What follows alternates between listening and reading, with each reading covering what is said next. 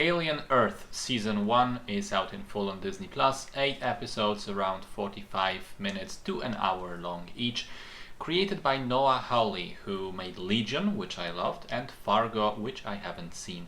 Stars Sydney Chandler, Alex Lothar, Samuel Blankin, Babu Cisse, and Timothy Olyphant.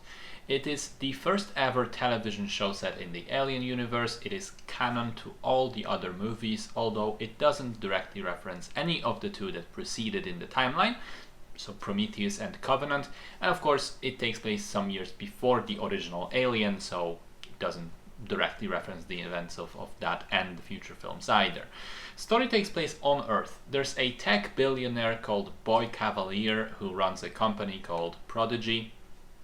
He's running this project to transfer consciousness of several terminally ill children into artificial bodies of adults, creating human-synth hybrids.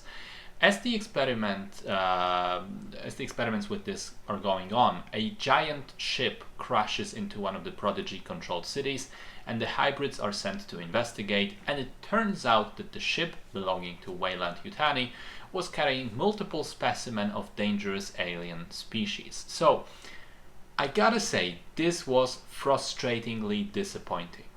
Being a fan of Alien and knowing Hawley's talents from Legion, I was really hopeful and excited, and those hopes were quickly dashed out by a progressively more disappointing season.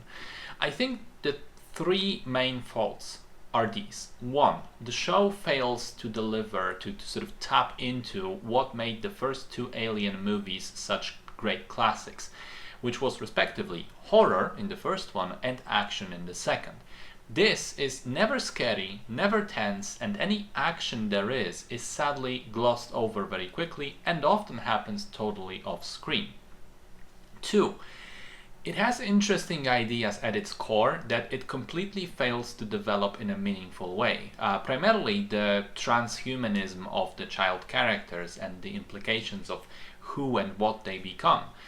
It is teased at best to be a theme of the show, but outside of the really ham-fisted and overused Peter Pan allegory, it isn't really explored all that much.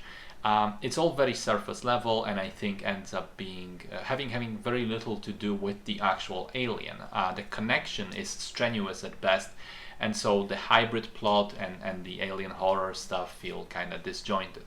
And finally, three, and this is probably the most obvious fault, the writing for the show is abysmal in the sense that it relies on characters who we are otherwise told are smart and intelligent and cunning, acting in stupid ways, and events taking place in ways that don't make any sense. The final episode has the island on lockdown because shit is hitting the fan, and yet a crucial character is suddenly seen strolling around the forest to casually visit a gravesite. Zero reason to do that. Another character escapes a prison cell and in the next scene is seen walking right next to some security guards who don't even question him.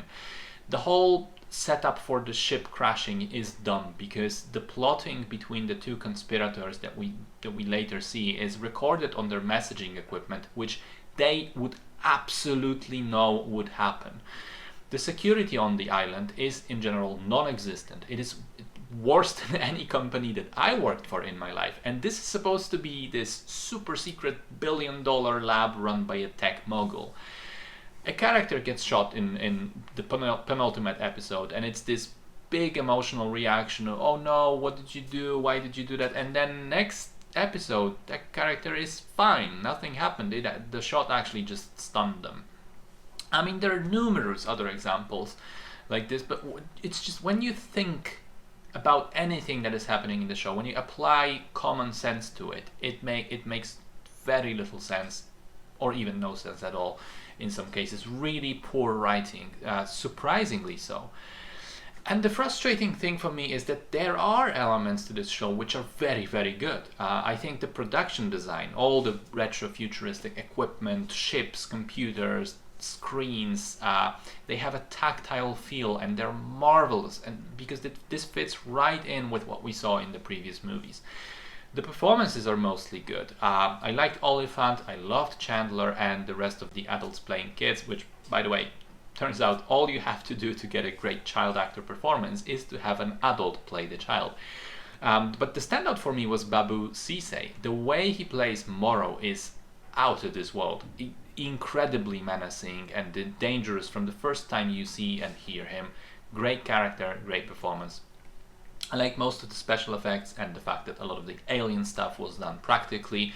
I thought that the octopus eye monster was quite fascinating, and the transhumanist ideas at the core of the show, again, would be interesting if anything was actually done with them. So yeah, I ended up very disappointed, especially as the finale leaves you hanging with nothing being resolved and no conclusion in sight, just more of a tease for the second season. Maybe the second one will be better. I think there are plans for 3 seasons at the moment, but for now, I will keep my excitement at a more reasonably low level because this was a drag.